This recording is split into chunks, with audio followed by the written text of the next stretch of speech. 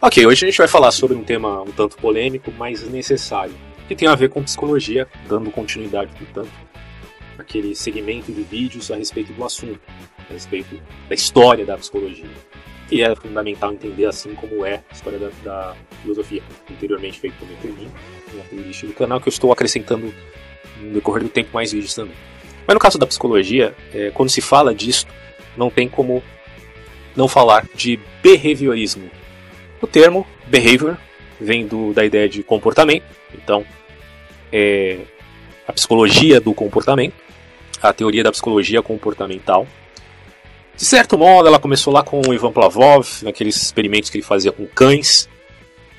Depois isso se tornou um tanto mais bem estruturado na psicologia de um pensador chamado John B. Watson.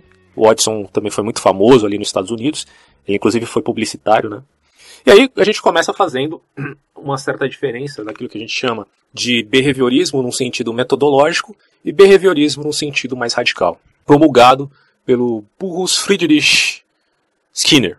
O nome dele era Burrus, não sei se é bem assim que pronuncia. Vamos chamar de B.F. Skinner, tá? Famoso psicólogo comportamental americano. Ele, inclusive, tem uma data aqui do nascimento, ele nasceu em 1904, na Pensilvânia. E a gente vai falar daqui a pouco do Skinner, porque ele é um pensador muito importante para a história do pensamento da psicologia. A gente abrange a psicologia geralmente no século XX, né, que foi o século da psicologia, onde tivemos vários nomes importantes, como o próprio Freud, né, já feito um vídeo aqui sobre Freud, o próprio Jung, que era também discípulo freudiano e depois seguiu o próprio caminho na psicologia analítica, e aqui o Skinner, que foi um grande nome também no século XX. Agora veja bem, há uma diferença monumental, há uma diferença estratosférica entre ideias como da psicanálise se comparadas às ideias do behaviorismo. Uma coisa, veja, não tem nada a ver com a outra. Tá? É importante salientar isso. Porque, e nós vamos entender agora falando um pouco de Watson, a coisa se refere muito mais ao estudo do comportamento do indivíduo do que propriamente aquilo que ele pensa, o que ele acha, ou seus anseios internos. As questões internas aqui ficam um pouco de lado. O que se valoriza é o estudo referente àquilo que Watson vai chamar de psicologia SR, ou seja, em termos aqui aportuguesados, estímulo e resposta. É através do estímulo e da resposta que você vai obter, então, a caracterização do comportamento e também, quiçá, modificar esse comportamento. Isso tem implicações enormes, desde questões vinculadas à publicidade, como eu falei, né? O Watson era publicitário também. Depois que descobriram que ele estava traindo a esposa dele, teve todo aquele escândalo, né, na vida do cara, ele meio que largou ali os seus estudos mais vinculados à academia, universitários, e foi fazer publicidade. Mas ele continuou ainda escrevendo livros sobre psicologia, comportamental, behaviorista, claro. E ele mesclou tudo isso. Então, quando se fala de estímulo-resposta, também se fala de publicidade. E através disso você pode e consegue vender mais. Vide Watson.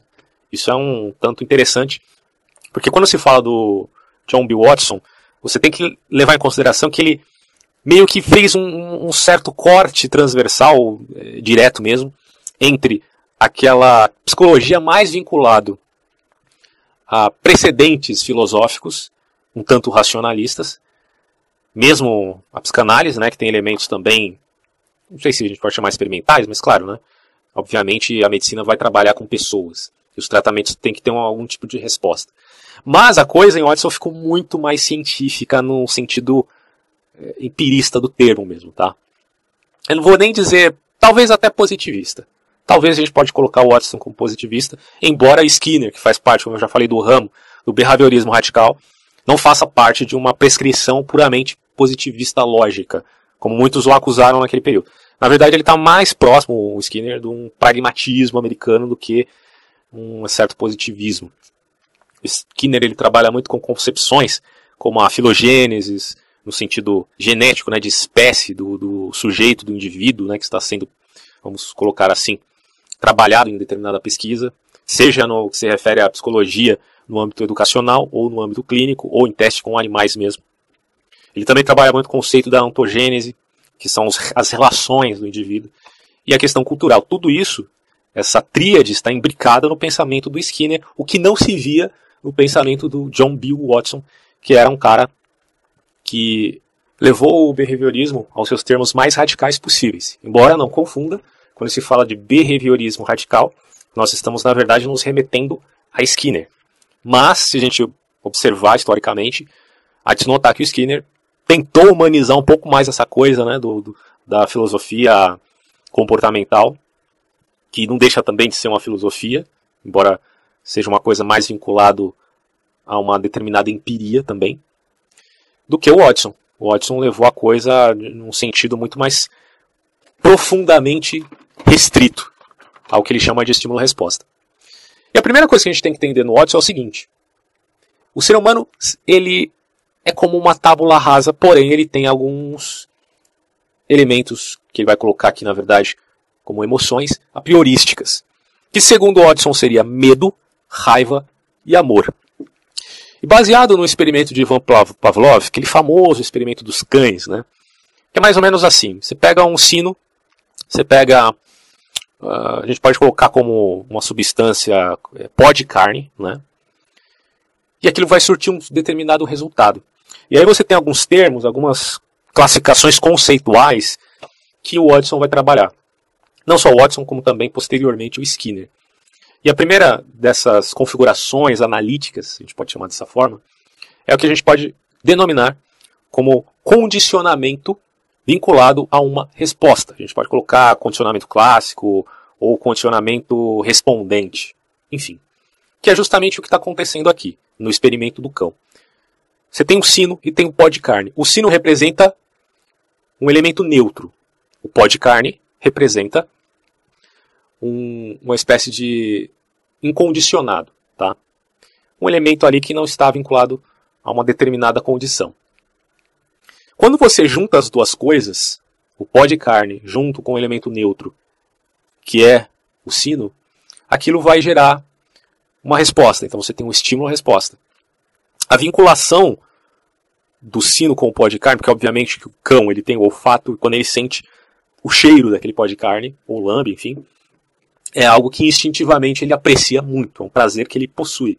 É algo que ele, dentro da perspectiva das emoções, não só humanas, a gente pode também vincular isso a um aspecto instintivo do animal, não sei se poderia colocar aqui como amor, né? Mas enfim, o cão gosta, literalmente, de carne, ponto. Então, na medida que ele sente o cheiro da carne, ele vai salivar. Só que o que o Watson queria fazer, o Watson não, o Pavlov fez? Ele associou o sino com o pó de carne. E na medida que ele só tocava o sino, depois das várias repetições com o pó de carne, ele descobriu que só com o sino o cão salivava. Interessante, né? Basicamente, a partir deste ponto é que o Watson vai trabalhar no sentido clássico, no sentido metodológico clássico. É mais ou menos assim: as emoções humanas têm medo, raiva e amor. Esses sentimentos podem ser associados a objetos por meio de condicionamento estímulo-resposta. E as pessoas podem ser condicionadas a ter uma resposta emocional a objetos. O Pavlov demonstrou que por meio de condicionamento é possível ensinar reflexos comportamentais a animais, no caso dos cães. Os seres humanos também podem ser condicionados a ter respostas físicas a objetos e eventos. E segundo Pavlov, aliás, muito mais do que Pavlov, né? Segundo o próprio Watson, que foram as palavras dele mesmo, olha que coisa preocupante, gente. Qualquer pessoa, independentemente de sua natureza, pode ser treinada para ser qualquer coisa. Ponto. Eu quase que vou fazer um minuto de silêncio aqui para vocês processarem essa ideia. Claro que muita gente sabe que isso é um tipo de pretensão um tanto estratosférica demais. É muito exagerada. Chega a ser uma mera hipérbole do Watson, que era um publicitário e, portanto, sabia fazer propaganda, né, do seu peixe. Só que ele está falando aqui uma coisa que não é muito irreal, no sentido que, até mesmo se a gente levar para um lado teológico, a gente sabe que teologia vai sempre partir para uma questão muito pontualmente filosófica, no sentido puramente racionalista até, às vezes, mais a priorístico, mais metafísico, do que propriamente empirista.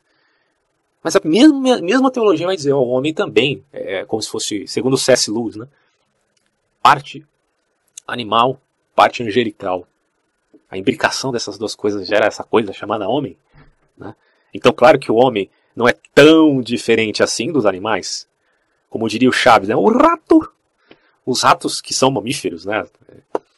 Obviamente que nós somos mamíferos, né? Mas não ratos, e sim seres humanos. E essa diferenciação é muito bem pontuada pelo Skinner. Porque o Skinner comumente foi acusado, né, de dizer que o homem é comparado ao rato, o rato é comparado ao homem, o homem é como se fosse um pombo, entendeu? Coisa que o Watson não pontuou muito bem.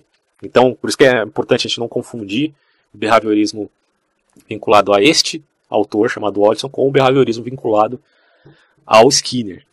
O Skinner, pelo menos, admitiu pontualmente, não que o Watson também não admitisse isso, sei lá, sabe-se lá, né? Teria que fazer uma pesquisa mais apurada sobre o cara. Mas o Skinner deixou claro que o homem é um ser complexo. Mais do que os animais, como os ratos e os pombos, certo? Mas o Watson está dizendo aqui, qualquer pessoa pode ser treinada, independente da sua natureza, seus perfis vocacionais. Eu vou mudar esse cara. Claro, partindo do ponto de vista de que fosse uma criança em processo de desenvolvimento cerebral. Todos nós sabemos que as crianças têm um estado crítico de desenvolvimento cerebral que se estende até a adolescência, a uma determinada idade. Eu não lembro exatamente até que idade o cérebro se desenvolve, né? Claro, o cérebro ele é plástico no sentido de que muda, ok? Então mesmo os adultos têm uma plasticidade cerebral que pode inclusive melhorar a cada vez que ele seja estimulado com novos aprendizados. Eu tenho um livro aqui em casa falando sobre isso, inclusive um vídeo também aqui no meu canal que fala sobre a plasticidade cerebral e a possibilidade de você aprender coisas muito mais rapidamente do que se trabalhasse apenas com aquele método antigo de meramente ler algum texto e tentar se apropriar daquela ideia. Através da concepção de que há uma plasticidade cerebral, você tem mecanismos para melhorar o aspecto pedagógico do seu próprio aprendizado. Até o ponto, né, a grande intenção dos neurologistas é justamente a de alcançar um estado crítico para poder absorver tanto quanto as crianças absorvem. Mas aí é outra história, não sei se é possível até o presente momento. Com alguns remédios, algumas drogas, pessoas têm tentado adquirir novamente esse estado crítico de criança, que é uma coisa que eu não recomendo. Eu prefiro que você tome lá o seu óleo de peixe, que ajuda bastante, inclusive, né? O tal do ômega 3, porque o cérebro ele precisa de glicose, ok? E de gordura.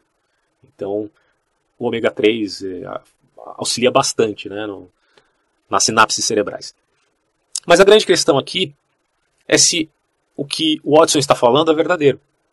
Porque quando você vai ler lá o livro do Maquiavel Pedagogo, que eu vivo mencionando aqui no meu canal, dizendo que vide behaviorismo metodológico, muito que é feito em termos publicitários, passou a alcançar os níveis agora de um tipo de controle que não está só vinculado à concepção estatal, mas a um globalismo. Isso é extremamente preocupante. Porque, inicialmente, a preocupação nossa, né, seria tentar medir até que ponto o poder do Estado pode ser atuante e até que ponto ele deve ser limitado. E agora nós não estamos só tratando de uma concepção meramente estatizante de um governo nacionalista. Nós estamos trabalhando agora com poderes globalizantes, dada a alta tecnologia na qual nós vivemos, e a essas modernas psicologias, principalmente a do comportamento, que diz que é possível modificar comportamentos, e através disso, basicamente, latente, oculto e escondido na mente de pessoas que fazem parte desses grandes grupos, é que as ideias têm sido disseminadas, é que as coisas têm acontecido. E aí, o nosso querido amigo Pascal Bernardin vai falar sobre esse assunto no Maquiavel Pedagogo. Então talvez esse vídeo aqui que eu esteja falando sobre behaviorismo te auxilie a partir do momento que você decida ler este livro, ou caso você já tenha lido também. Tá? Eu não vou falar disso aqui agora porque não dá tempo. Mas só para que você fique ciente, existe uma obra do Skinner chamado Walton 2, onde ele trabalha uma espécie de cidade fictícia que não existe competitividade, que não existe invejas, que não existe nenhum tipo de coisa que venha a ser, segundo ele, degradante ao indivíduo e, portanto, essa cidade traria àqueles que morassem nela grande felicidade, porque todos estariam vivendo de acordo aos preceitos do comportamentalismo ou da ciência do comportamentalismo. É engraçado porque quando você pensa nisso, você logo imagina um formigueiro, né? E chega a ser um negócio bizarro. Se eu não me engano, nessa obra, eu não li a obra toda. Na verdade, eu vi algumas resenhas da obra para tentar entender realmente o que ele pensa. Não chega a ser um tipo de comunismo, como é proposto pela teoria marxista, mas é algo um tanto parecido, né? Basicamente, é uma teoria racionalista de como a sociedade deve ser. Mais uma dentre tantas que, a meu ver, é abominável, mas tem quem defenda. Essa aqui é a verdade. Mas voltemos aqui ao Watson. Ele fez uma declaração extremamente pretensiosa aqui e preocupante. Isso já existe na publicidade e alcançou também a política. Aí a coisa ficou preocupante mesmo. Uma espécie de aparelhamento baseado nessas ferramentas agora da psicologia. Bom, enfim. Existe uma experiência muito interessante trabalhada pelo Watson que ele fez com um garoto chamado Albert. E você pode se assustar um pouco, mas peraí, o cara fez uma experiência com um ser humano, e não só um ser humano qualquer, mas um bebê? Sim, caros amigos, ele fez isso. Ele fez isso, até porque em termos éticos, na época do Watson, não havia essas restrições. Então ele fez o experimento e basicamente se segue de maneira paralela àquilo que foi feito com cães pelo Ivan Pavlov. Só que no caso da criança, ele apresentou vários animalzinhos ali, coelho, não sei se gato estava no meio, mas enfim, rato, etc. E, inicialmente, o pequeno Albert ele não tinha medo nenhum daqueles animais. Ele até gostava deles. Só que, obviamente, era um experimento e o Albert tinha que fazer uma modificação no experimento. E aí a gente volta, daqui a pouco eu continuo falando sobre o Albert, às conceituações, às classificações analítico-conceituais do behaviorismo. Você tem o aspecto relativo ao condicionamento por resposta, que é o condicionamento clássico. Você tem também o condicionamento operacional, que é mais vinculado a Skinner, que daqui a pouco eu explico, mas que tem a ver com questão de consequência, já vou falar logo, né? Não tem problema nenhum. Você tem o aspecto relativo a condicionamento por privação, que também é outra forma de se fazer esse processo, que daqui a pouco eu explico também no experimento com ratos, feitos, se não me engano, pelo próprio Skinner. O Skinner com certeza fez, né? A famosa caixa de Skinner, com ratos e pombos. Você tem os condicionamentos vinculados, que a gente pode denominar como reforçamento. Na verdade, a gente pode até fazer uma diferenciação entre reforço e reforçamento. Porque o reforço tem a ver mais com aquilo que se vincula a uma modificação do ambiente. E o reforçamento são vários reforços, ou seja, uma modificação planejada do ambiente, certo? E o Skinner vai trabalhar com reforço positivo e reforço negativo. E, obviamente, trabalha com uma concepção chamada de extinção, que tem a ver com a tentativa de você extinguir alguma resposta dada por um determinado gatilho, ou seja, um estímulo. Isso aí se trabalha da seguinte forma. Pessoas que têm fobias, traumas, procuram um indivíduo, um especialista na psicologia do comportamento, para fazer um determinado tratamento terapêutico, digamos assim. Para tentar resolver esse problema que ele tem, esse determinado trauma. E aí, o psicólogo deste campo, dessa orientação, o que ele vai tentar fazer? Se não extinguir, porque extinguir eu acho que é muito difícil, principalmente em pessoas adultas, eles próprios reconhecem isso, ele vai tentar minimizar ao máximo aquela resposta por conta daquele gatilho, daquele estímulo. Então é um processo reverso. Você não está procurando obter a resposta, mas tentar minimizar ao máximo aquela resposta, né? Então isso é bem interessante em tratamentos vinculados à fobia. Mas não gera um sucesso tão desejável quanto se quisesse, né? A gente percebe isso principalmente em adultos por conta de uma já formação deliberada. E aí a gente volta a falar do Albert. Porque a ideia era mostrar os animais e na medida do acompanhamento da experiência, que o Albert já estivesse, digamos assim, acostumado com aqueles bichos, uma surpresa viria, que é um reforçamento negativo, ok? Feito pelo Watson. Não que ele denominasse, não sei se ele já denominava dessa maneira como é feito em Skinner, mas enfim.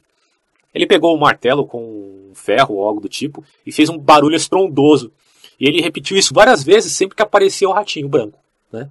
Apareceu o rato branco, dava uma porrada lá no ferro, dava aquele barulho estrondoso, claro. A criança se assustava e através, é interessante notar, né, que o medo, aquele medo contínuo dado por o gatilho do estímulo, surge por causa de um susto, né? É aquele susto que te deixa desarmado, né? Bom, foi isso que aconteceu. Ele repetiu isso várias vezes, associando ao aparecimento do rato. E aí, ele parou de fazer barulho e só deixou o rato aparecendo ali. Inicialmente, o Albert não tinha medo do bicho. Mas ele passou a sempre olhar para o rato, associando a possibilidade de levar um susto, ter medo só do rato e não do barulho que gerara o susto. Similarmente, o que aconteceu, como eu disse, com os cães babosos, né, do Pavlov. E uma coisa interessante, o moleque começou a ficar com medo de rato branco. Só que a coisa se estendeu a tal ponto que ele não só ficou com medo de rato branco, mas qualquer coisa peluda que fosse branca. Seja coelho, gato, cachorro, até casaco de pele. Vocês têm uma ideia, o garoto ficou com medo. Nós não sabemos exatamente o que aconteceu com o Albert, tá? No final da experiência, que era determinada, obviamente, por uma data específica, a mãe levou o moleque embora e a gente não sabe o que aconteceu com ele. Mas, o que ficou demonstrado é que, ainda que o Watson estivesse exagerando quanto à ideia de que poderia fazer qualquer pessoa, independentemente de sua natureza, ser treinada para ser qualquer coisa, havia um ponto de verdade. Ou seja, a pessoa, sem dúvida nenhuma, teria um efeito colateral ali. E o que você percebeu no Watson, antes dele ir embora com a mãe dele, né? Infelizmente a gente não sabe o que aconteceu com ele, pelo menos se vocês souberem, aí tiver alguma notícia sobre isso, nos livros que eu pesquisei, não achei nada aqui no site e tal. Mas sabe-se que o garoto, ele permaneceu com aquele medo. Né? Foi criado ali um trauma, já que era uma criança e, portanto, estava em um estado crítico.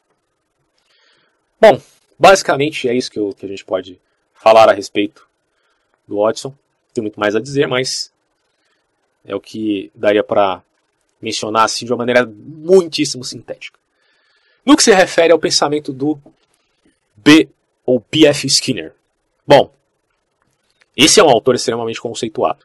E ele veio na pegada do Ivan Pavlov e do Joe B. Watson. Sem dúvida nenhuma. O Skinner, ele foi, digamos assim, um pensador, como eu falei, muito citado, mas também muito criticado. A semelhança de outros, né, como Freud, por exemplo. Porque ele chamou bastante atenção. Né? Ele, inclusive, como eu falei, é totalmente antagônico ao que a gente poderia chamar de psicologia mentalista. Mentalista no sentido de ser uma corrente da psicologia que diz que nós temos uma estrutura de mente que nos torna totalmente responsável pelo que a gente faz. Ele vai dizer, de jeito nenhum, não é assim. As coisas são completamente diferentes. Porque elas estão vinculadas, diria Skinner, àquilo que chamamos de dois tipos de transações entre o comportamento e o ambiente, que ele vai denominar como consequências seletivas e contextos vinculados ao ambiente. Há uma relação, segundo Skinner, recíproca entre essas coisas, contingenciais, que elas estão vinculadas a uma contingência. E isso, basicamente, é o pensamento do senhor B.F. Skinner aqui. O Skinner ele trabalha muito com aquilo que a gente chamou de condicionamento operacional. Porque o condicionamento vinculado apenas à resposta, como eu já tinha explicado, é o exemplo do cão de Pavlov. Agora, o condicionamento operacional é como se fosse uma relação circular tautológica. Ou seja, você tem o sino, você tem o pó de carne, você associa o neutro a um incondicionado, aquele estímulo gera uma resposta. E aí você separa o neutro, que deixa de ser neutro, porque agora o sino passa a gerar salivação no animal. É uma coisa assim extremamente interessante. Eu estou olhando aqui na apostila que eu tenho sobre o assunto, para confirmar uma informação aqui. Deixa eu ver se eu acho. Quero dar informação errada aqui, né, gente? Exatamente. Eu estava querendo confirmar esse termo incondicionado. Né? O sino representa o neutro e o pó de carne o não condicionado ou incondicionado. É exatamente isso. Tá? Mas o que acontece no condicionamento operante? A resposta produz efeito no próprio indivíduo. Só que e aí é que acontece o processo de consequência seletiva. A resposta gera consequência e implica que, em havendo a repetição do experimento, uma outra resposta. E essa outra resposta pode ser positiva ou negativa, dada aquela primeira resposta. Porque o que vai determinar se o indivíduo vai continuar, principalmente o ser humano, continuar fazendo, ou o animal também, né? Continuar fazendo aquele comportamento, vai ser justamente o que a gente poderia chamar reforço positivo. E aí, se faz uma diferenciação no Skinner entre o reforço positivo e o negativo. Né? Obviamente, o reforço positivo tem a ver com recompensa, embora o Skinner evitasse os termos recompensa e punição, ou recompensa e castigo, mas é o que acontece. Né? A gente vai chamar de reforço positivo, mas a gente sabe que ele está se referindo aqui a uma recompensa, ou reforço negativo relativo a um castigo. E voltando então àquele conceito classificatório inicial que eu tinha dito a respeito de privação, não sei se vocês lembram, é justamente a experiência que Skinner fazia em suas caixas. Né? Vamos imaginar, por exemplo, uma gaiola. Vai. Tem uma gaiola lá e você tem um rato lá ali dentro. Então, o processo ali vai ser privar o rato de comer. Vamos usar o exemplo da água. Vai privar o rato de beber água por aproximadamente 24 horas. E nesse experimento, o que ele está tentando verificar, na verdade, é até que ponto esse estímulo negativo, né, digamos assim, esse reforço negativo, ou na verdade essa privação, vai fazer com que o rato tenha uma determinada atitude. Porque aí ele deixa uma alavanca ali na caixa, e a partir do momento que ele aciona aquela alavanca, algo acontece. Então ele vai meio que manipulando o comportamento do animal, porque o animal, obviamente, né, que não bebe água 24 horas, vai ficar frenético ali. E em termos de ter uma recompensa, que é beber a gota d'água, aí ele vai ter ali um reforço positivo. Mas no que se refere à privação, ele vai ficar frenético. E existe também a questão do reforço negativo, que é um choque, também que foi trabalhado pelo Skinner, para saber até que ponto o comportamento do animal se alteraria. Em todos os casos, percebeu Skinner, os reforços positivos eles eram capazes de configurar o comportamento com mais eficiência do que os esforços negativos. E o que acontecia a partir daí? Ele chegou à bela conclusão que isso da gaiola do rato, ou da caixa do rato, poderia se vincular também ao comportamento humano e à psicologia da educação, a respeito das questões vinculadas às medidas disciplinares das crianças. Se eu der uma nota baixa para o moleque ali, ele vai se sentir mal, ele vai se sentir punido. Ou seja, se o ensino na escola for de tal magnitude de complexidade, que faça com que haja um processo de erros e acertos, esse processo vai ser desestimulante para a criança. Apesar que para Skinner a questão não é estímulo-resposta, mas é estímulo-resposta consequência que é o importante. Basicamente é o que ele está dizendo aqui. É necessário fazer avaliações com graduações de recompensa, embora ele não gostasse do termo recompensa, mas graduações de reforços positivos. Não sei se você já percebeu, ou já trabalhou em alguma empresa que tivesse internamente ali os seus próprios cursos, quanto aos temas vinculados ao próprio produto que eles estão vendendo, você precisa aprender aqui. E eles geralmente fazem cursos internos ali, contratam alguma outra empresa para produzir determinados cursos. E nas empresas que eu trabalhei eu sempre percebi isso, né? Você ia tendo determinadas recompensas e no final você teria uma avaliação.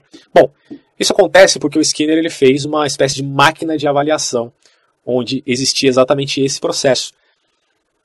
Vários testes que não tinham só uma recompensa no final, mas uma recompensa a cada pergunta que você acertava, você recebia um elogio, alguma coisa do tipo. Não é interessante um negócio desse?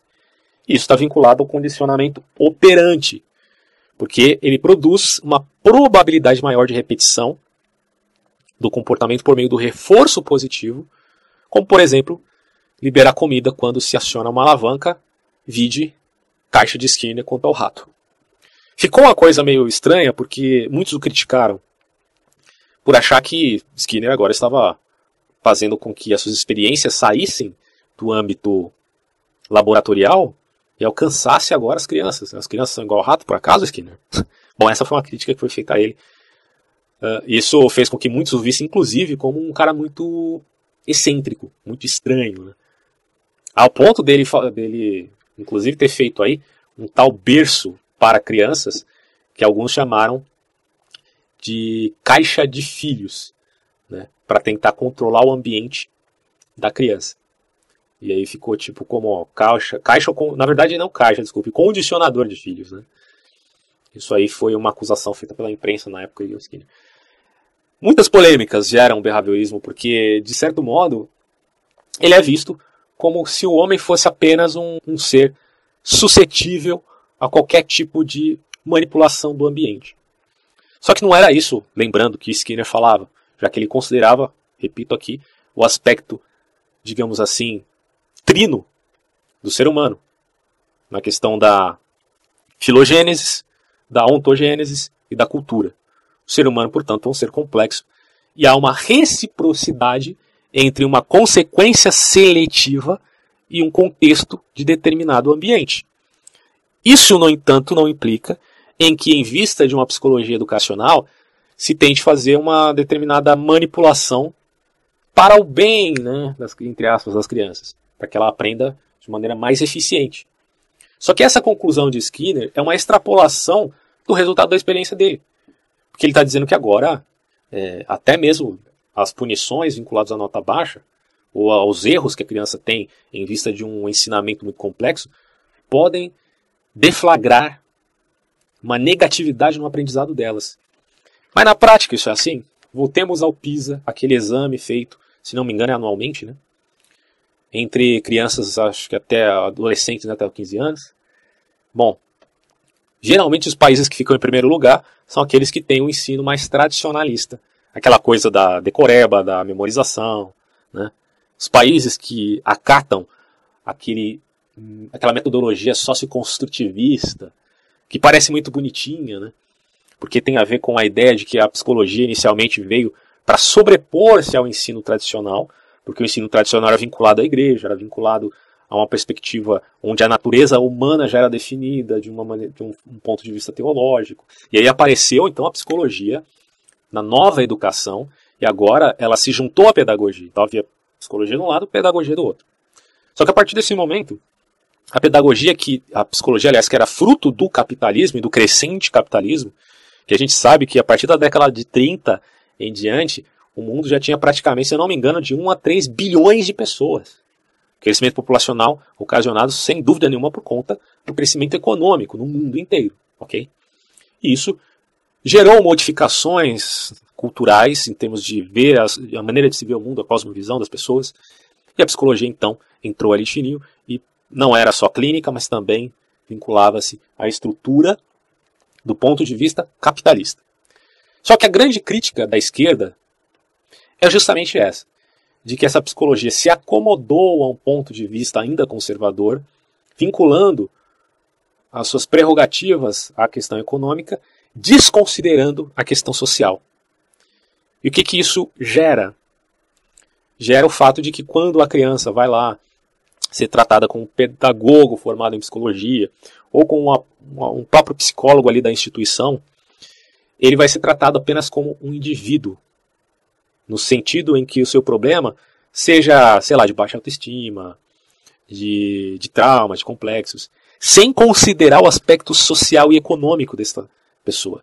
E dadas as diferenças, dizem eles, né, dadas as diferenças enormes que existem em termos sociais, de uma criança para outra, que às vezes estuda até na mesma escola, uma muito pobre, com problemas em casa, com um pai alcoólatra, né, enfim, e outra classe média, mais bem amparada pela família. Quem será que vai bem na escola? Será que é uma ou outra?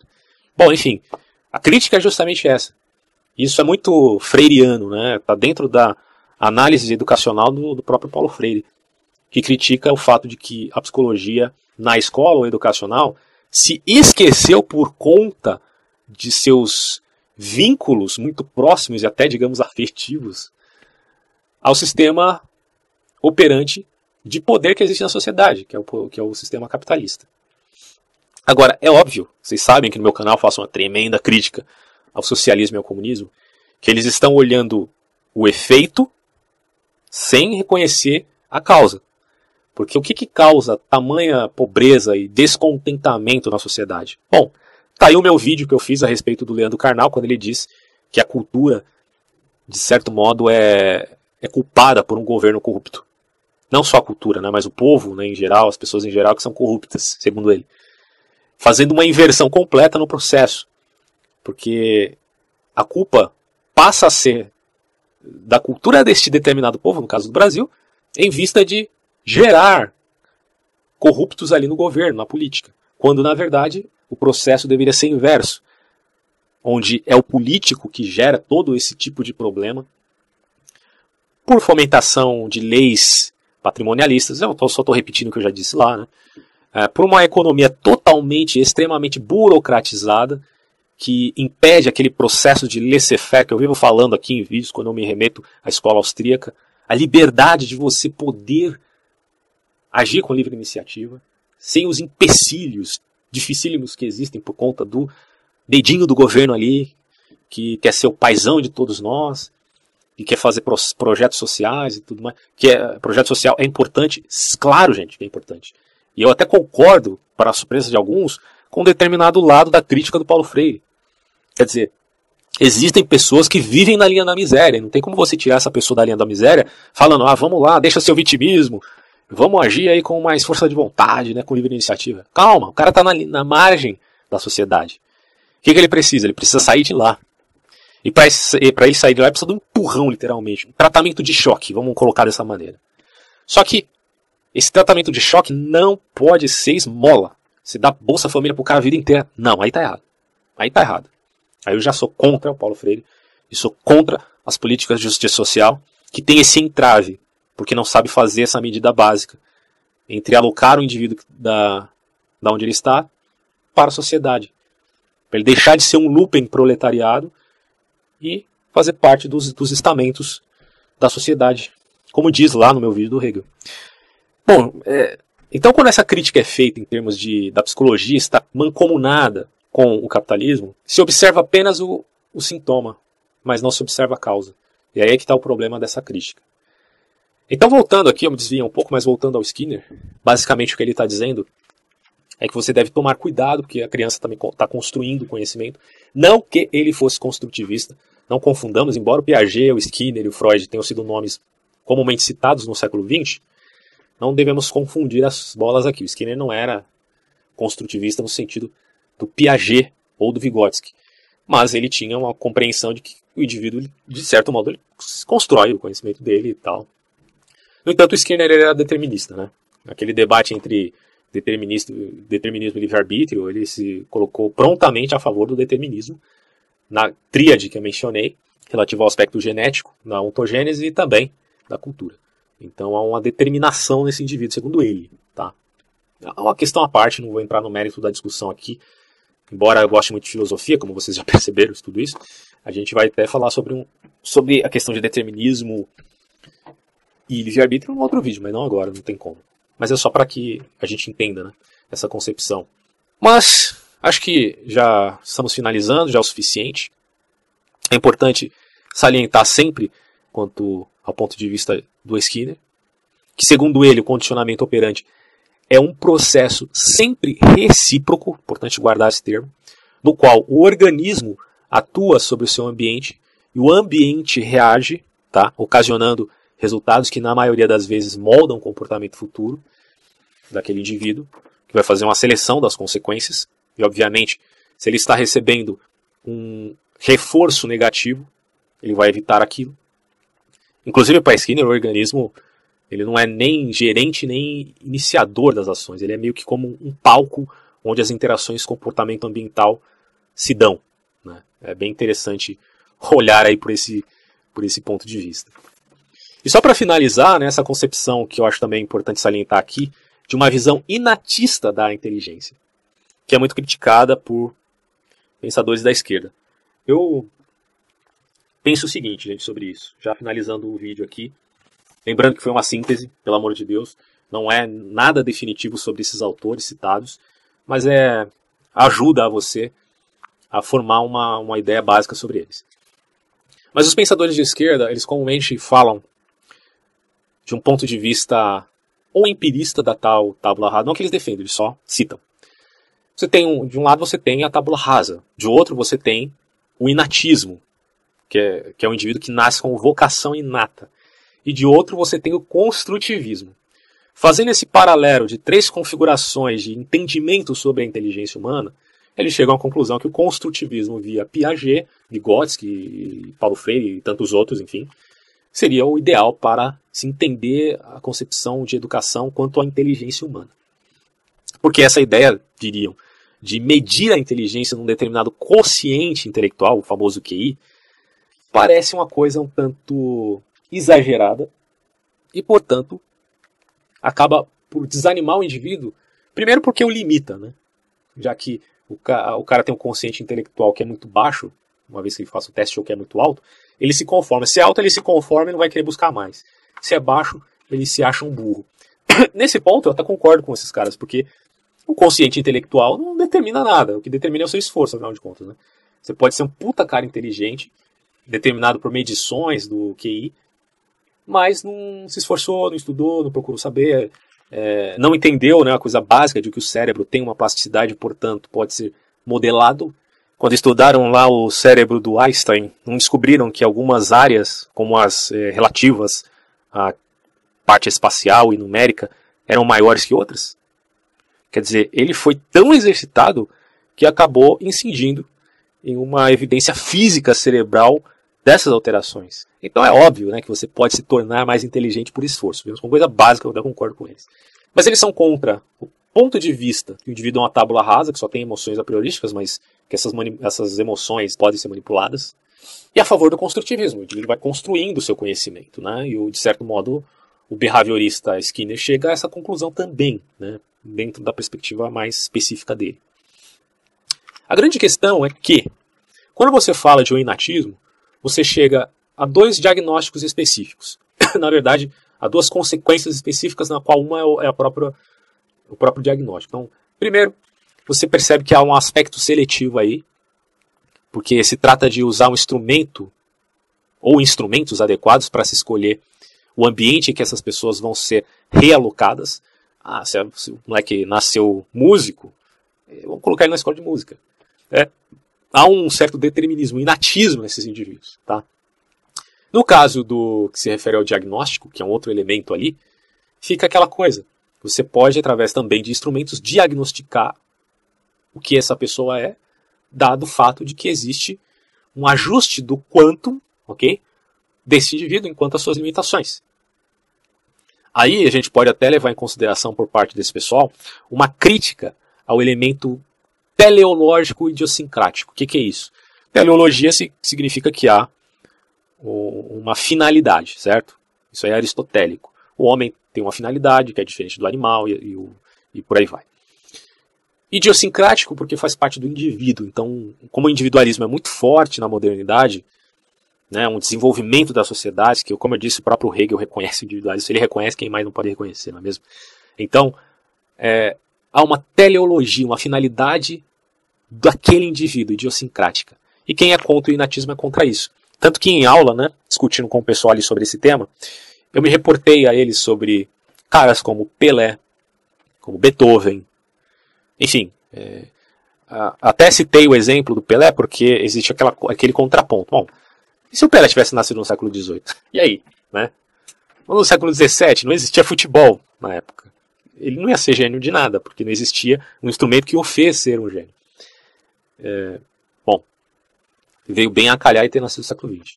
Mas a grande questão é que, ao meu ver, pessoas elas nascem com determinado talento, sim. Isso não implica que ela deva se limitar a aquele talento natural que ela já tenha e dizer, eu sou condenado a fazer isso, sendo que ela não gosta. Não gosta, faz outra coisa, pô. Né? Dificilmente também não vai gostar, porque se ela tem a facilidade de fazer alguma coisa e vai ganhar aplausos por isso, obviamente ela vai continuar fazendo. Mas é aquela questão. Isso não implica em que não haja necessidade de esforço. Mesmo quem tem dom para música e tal. Tem uma tendência, não vou nem dizer que é um talento determinante, mas que é uma tendência que as pessoas têm mais facilidade para aquilo e, por consequência, acabam seguindo aquele caminho. Né? Então, acho que nesse tema, eu sou muito a favor de que, sim, o indivíduo ele tem um elemento inato ali, mas que não é determinante, isso que é o ponto. Como a acusação que faz, por exemplo, um autor chamado Lino de Macedo, que diz que o inatismo sempre é uma coisa só e é uma determinação vinculada a um preceito teológico, a questão meramente teleológica, idiosincrática. Não confunda teologia com teleologia, pelo amor de Deus. Mas é teológico no sentido de que é uma expressão de uma força sobrenatural dada àquele indivíduo que o coloca em um caminho, aí sim, teleológico e idiosincrático. Eu acho que pode existir uma tendência, mas não necessariamente o cara tem que seguir a tendência. Pode ser que ele tenha vocação para uma coisa, mas ele pode seguir outra coisa. Ele pode se estruturar. E é aquela síntese que eu fiz no começo do C.S. Lewis, tão simples, né? O homem, ele tem um lado mais animal, até porque o C.S. Lewis acreditava na teoria da evolução, mas ele também tem um lado angelical, que se remete ao aspecto supranatural, que é a própria razão. Então, só para fechar aqui o tema, né, que já é polêmico por si só, eu vou falar de uma coisa que também é muito polêmica e atual hoje em dia, que é aquela questão da malfadada teoria de gênero. Eu não vou entrar aqui nos meandros da teoria, nos arcabouços mais meticulosos e detalhados a respeito desse assunto, mas o ponto que eu queria deixar, vide aquilo que foi falado sobre behaviorismo, é o seguinte, que em termos filogenéticos, em termos ontogenéticos, existe ali uma parte que compõe o sujeito, porque o sujeito ele não é uma vontade, uma volição que está separada de todo o resto que existe ao seu redor ou da sua própria constituição psicossomática, né? Quer dizer, ele é uma completude de tudo isso, inclusive do tempo, inclusive da história, inclusive se nós abarcarmos também o aspecto espiritual desse indivíduo, ok? Então, essas coisas não estão separadas, elas estão imbricadas. Então você tem no ser humano o aspecto biológico, você tem no ser humano o aspecto relativo ao ambiente, você tem no ser humano o aspecto cultural, como diria o próprio Skinner, admite isso, né, o aspecto cultural, da genética e também do ambiente. Mas, veja, o ser humano ele também tem volição. E a volição não é só vinculada a uma perspectiva meramente consequencial. Ela também envolve variados fatores, dada a complexidade do próprio sujeito, certo? Então, nesse sentido, tudo isso está imbricado. E essa ideia, que para mim parece extremamente plausível, acaba refutando por completo a ideia da teoria de gênero, que diz que há uma imposição cultural quanto à constituição sexual de cada indivíduo, desconsiderando que ele tem um elemento biológico, remetendo a coisa apenas a um quesito cultural, né? Não que eles não venham a admitir determinado fator biológico, que eu acho que seria muita canalice fazer isso, embora alguns até façam, certo? Mas eles minimizam demais isso. E para mim, tudo isso está mesclado intrinsecamente, de tal forma que não há como você separar. Por isso que o debate determinismo e livre-arbítrio vai continuar de uma maneira assim progressiva e difícil de ser finalizado, porque essas coisas estão constituídas de uma maneira orgânica, certo, gente? Não é uma... Pelo menos ao meu ver, tá? A minha opinião sobre isso. Estou estudando ainda, não estou querendo fechar o assunto de forma alguma, mas é o ponto de vista que eu tenho até o presente momento. Talvez eu prepare outros vídeos sobre esse tema. E vou finalizar com a frase do Skinner aqui, que eu acho que veio bem a calhar. A objeção aos estados internos não é por eles não existirem, mas pelo fato de não serem relevantes para a análise funcional. Então Skinner, ele não nega que existam estados internos, mas ele diz que na análise funcional é melhor a avaliação do comportamento, não meramente via estímulo, mas consequência seletiva e contexto do ambiente. Fico por aqui e até próximos vídeos. Tchau.